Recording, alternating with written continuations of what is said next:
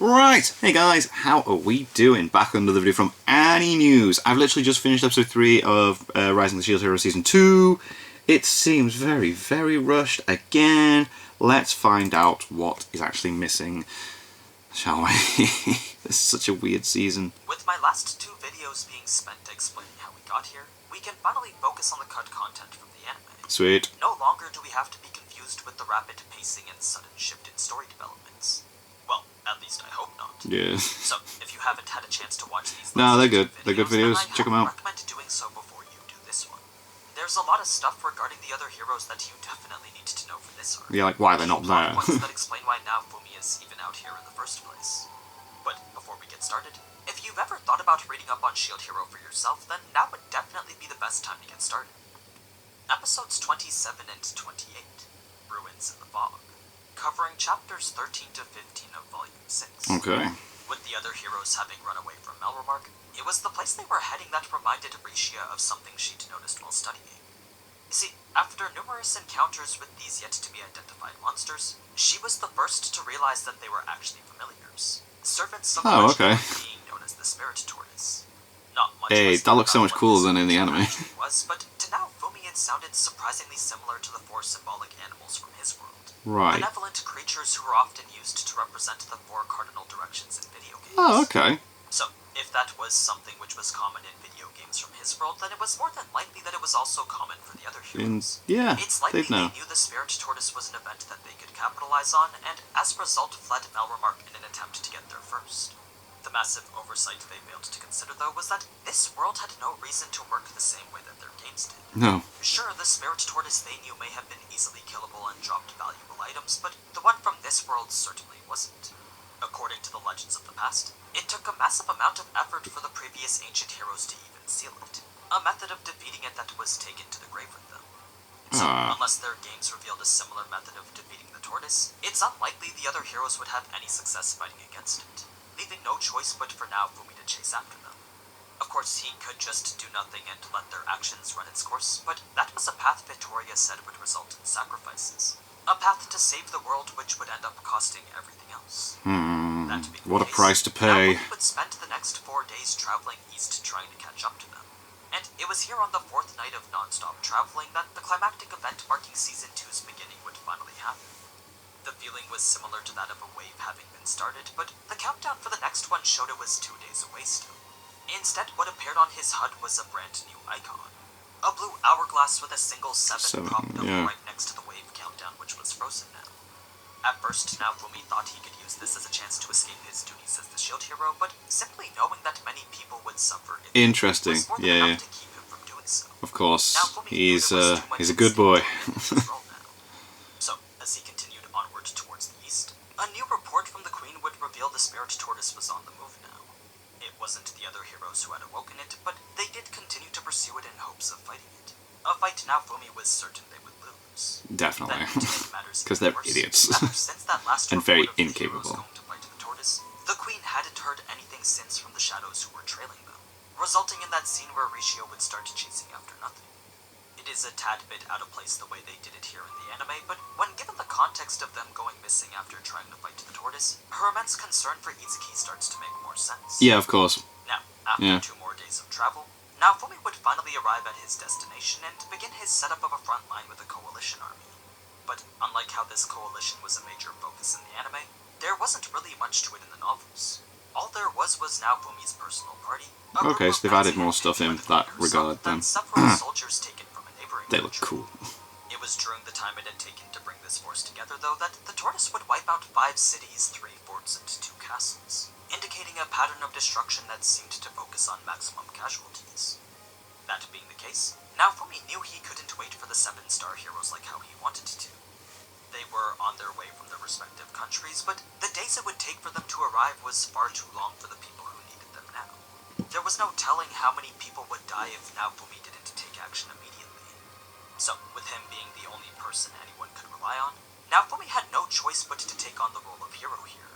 And the first step to do that was to take every possible option into consideration, including the one the ancient heroes had used to defeat it before. Their exact method wasn't entirely known, but according to the legend passed down for generations, the ancient heroes were able to get into its shell using the cracks on its back, then seal its heart away using some form of Wow, we did not see any of a that. way of stopping it that could only be done from the inside. The main problem with that, though, was that the time spent with NAOFUMI inside the turtle would undoubtedly result in the decimation of the army who had helped him to get there. A colossal sacrifice NAOFUMI wasn't willing to make for a plan he wasn't sure would even Yeah, if you're not 100% sure, then why risk that everybody? currently Yeah. set on hold, there was an attempt to come up with more plans during a meeting with all the military commanders. A discussion that started similar to how we saw in the anime, but ended up concluding completely opposite from how it was supposed to. Rather than NAOFUMI storming out to do things solo, it was here that he truly demonstrated his ability to become the hero figure. Keep in mind, though, that this wasn't something he even really wanted to do in the first place. The only reason he decided to step up at all was simply due to a promise he made to the people who believed in him. A promise I that did like that when he would raised the strive to flag act and in it a way boosted that them morale and that was kind of cool. So, even if he didn't really care for the people he would be saving, if he wanted to be the person Raftalia and the others envisioned him to be, then NAOFUMI knew he had to become this champion of justice. Yeah, he's gotta do it. No longer Gotta did he step act up to the heroic plate. manner that he usually did. With the other heroes being as useless as they were, it was now more than ever that the world needed a true hero. Yes. So, as the various military commanders began to argue over what needed to be done, it was NAOFUMI who had brought them all to silence. Unlike how we saw in the anime, though, he didn't judge them for how they were acting, but instead told them to put their faith in him. These rooms do not have enough It was strength this now, brief let your yet mind. impactful Oh, that's speech nice. on what it meant to be a hero. Something you'd expect from a character like All Might. Hmm. Then, the more NAOFUMI got into it, the more he couldn't believe that it was him saying these words. Yeah, well, like, All this wait a talk minute. about justice just felt so unfamiliar to him, much to the point that he couldn't even recognize himself. I mean, considering how he started off and how he was If treated that by was everyone, and the now he's person like, I will save you though, all. then that was the person he would force himself to become. It was an iconic moment in which NAOFUMI had truly become the shield hero, thus quelling all the doubts any person in the room would have had in him. What's interesting to note about this whole act, though, is that that's exactly what it was. The whole speech was nothing more than a comforting set of lies to get what he wanted.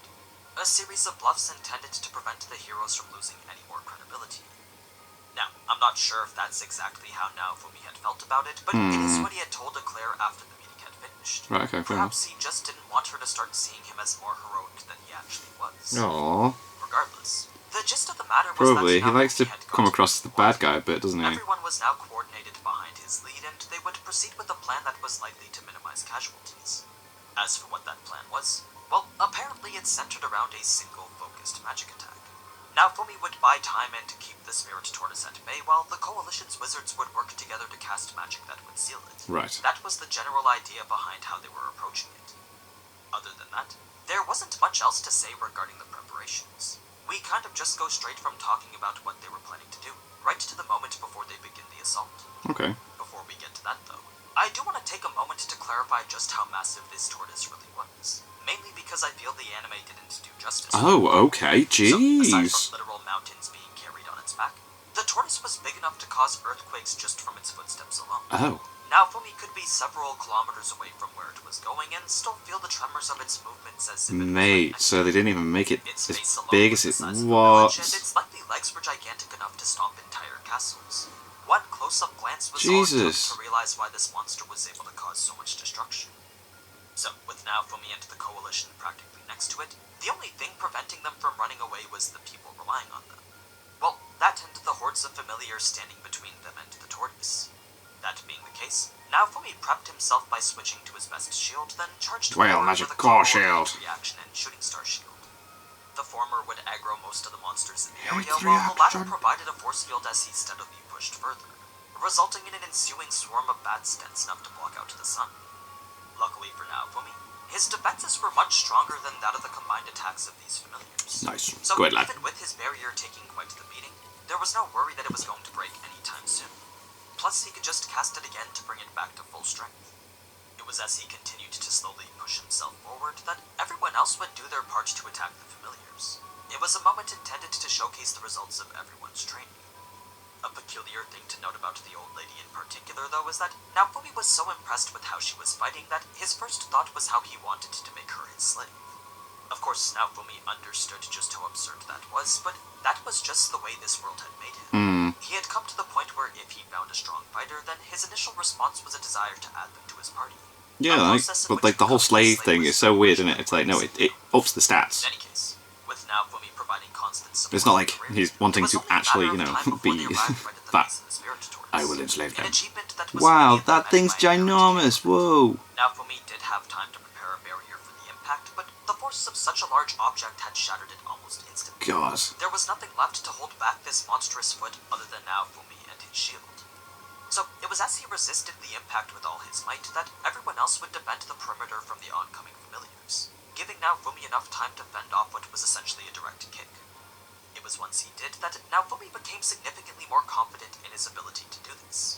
I mean, if a direct kick wasn't enough to take him out, then perhaps he could have against everything else the tortoise had. Go ahead, lad. As much as he would have liked that to be true, though. The tortoise's next attack struck back in a way that seemed as if it was trying to prove otherwise. NAOFUMI's party did manage to get several attacks in on its head, but that was quickly countered when it began to use gravity magic. Much like how Ost had used that same magic in the anime, the tortoise activated its own version to incapacitate everyone standing outside NAOFUMI's barrier. Only the old lady was able to withstand it using the Hengen Muso style. Sick. She's so sick. Then, once it had finished buying itself a bit of time, the tortoise began to charge up an attack I can only compare to Godzilla's. It was an electric breath that charged. Whoa, that looks amazing. So, as crackling electricity began to fill its mouth, NAOFUMI quickly switched to the Soul Eater shield, activated Shield Person, then cast a barrier on it, all of which collapsed from the immense damage almost immediately. Whoa. The attack itself was really only a few seconds long, but to NAOFUMI it felt as if it was an eternity. It was an infinite loop of pain that surpassed anything he'd ever felt in this world before. Damn. Even after comparing it to the damage from blood sacrifice, the burning sensation he experienced here was far worse than that. He was actually surprised he'd been able to survive at all. In fact, if not for a healing spell anonymously cast mid-attack, then it's actually fairly likely that he wouldn't have. Someone had clearly saved him when they noticed he was struggling. Now, just to clarify on how strong this attack actually was, well, everywhere aside from where NAOFUMI was protecting was completely obliterated from the impact. Damn. There was even a mountain far in the distance that had been reduced to rubble by it. So, out of the fear of having to deal with this attack again, NAOFUMI coordinated one final assault to deal with the tortoise for good this time. By using Shield Prison together with a collection of force fields, he was able to protect their push from the bombardment of stomps the tortoise was trying to squish them with. Sick. Then, once they got close enough to finally attack, there was very little time to do so since the tortoise had begun charging its beam attack again. The main problem with that was that, unless Raftalia and Bilo charged their attacks for a suitable amount of time, there was no way they I was very happy to see them jump in and do something like it was so cool. So, rather than give a half-hearted attempt and end up failing, NAOFUMI instead placed himself right at the front and prepared to tank the attack head-on. At least this time he knew what he was defending against, and if nothing else it would buy Raftalia and Philo a few seconds to make their attacks even stronger. So, what NAOFUMI had produced in this moment was the most defensive position he'd ever taken. A combination of 5 different shield skills intended Whoa, and I mean, it makes sense, he's the shield hero, like, whoa. First was the force field made by Shooting Star Shield, yeah. The next 3 were overlapping iterations. That looks so sick. All of which eventually led to the final barrier of Shield Prison. Whoa. Then, once that was destroyed, it would only leave NAOFUMI after. By the time the beam had made it through all those barriers, though, NAOFUMI could tell that it was far weaker than when it had hit him the first time. Okay. Not only doing did something additional right. preparations helped to dampen the blow, but his focus on channeling magical energy to his hands increased his defenses as well. It was the aspect of his training that the old lady had been trying to teach him. In any case, with NAOFUMI having blocked the attack, Raftalia and Philo were now free to unleash their full power. Go ahead! An impressive joint attack that occurred so quickly, the tortoise didn't even have time to react to it. It was a clean cut that decapitated the monster without any resistance at all. And unlike how we saw in the anime, NAOFUMI wasn't even needed to help them out. Oh god, that's sick! The whole endeavor was carried out by Raftalia and Philo alone. But yeah, that's pretty much how this battle had gone in the novels. One thing you probably should keep in mind, though, was that this whole thing was done without Ost as well. Her role doesn't come into play until a little bit later. Something I'll get deeper into with the next cut. Whoa. Until then, though, don't forget you can also read ahead yourself by purchasing the books off of Bookwalker. And if it is your first time using it to buy anything, then you can use code ANYNEWS to get $5 off your first ebook purchase. But anyway, as always, thank you so much for watching, and if you enjoyed this type of anime content, then you already know what to do. So, until next time, ciao. Damn, that was so different and so much better than what the anime did.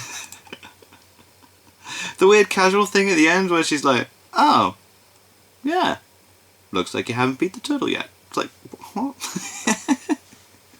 And that's sick that, like, he literally just played the role of the shield. He is the shield hero, that's the point. I think that's boss. And then Raftalia just goes in and bam! It's like, that is absolutely sick. Love it. I love seeing the differences and changes and watching Shield Hero every week. And what do you guys think of the second season? I think it's really weird because it's very apparent that it's rushing a lot of stuff and cramming a load of things in, which is a shame. I really enjoyed season 1 a lot. But who knows? We'll see how it goes. But anyway, thank you to my patrons. If you want to have your name at the end of every video I upload, link is in the description to the Patreon page. $1 a month is all I help to support the channel. It's greatly appreciated. Thank you guys very much for that. Thank you all for watching. What do you guys think of that? What do you guys think of this? Click like, subscribe if you want to leave comments down below. Let me know what I should watch and discuss in future videos. And I'll see you guys, all you guys, next time.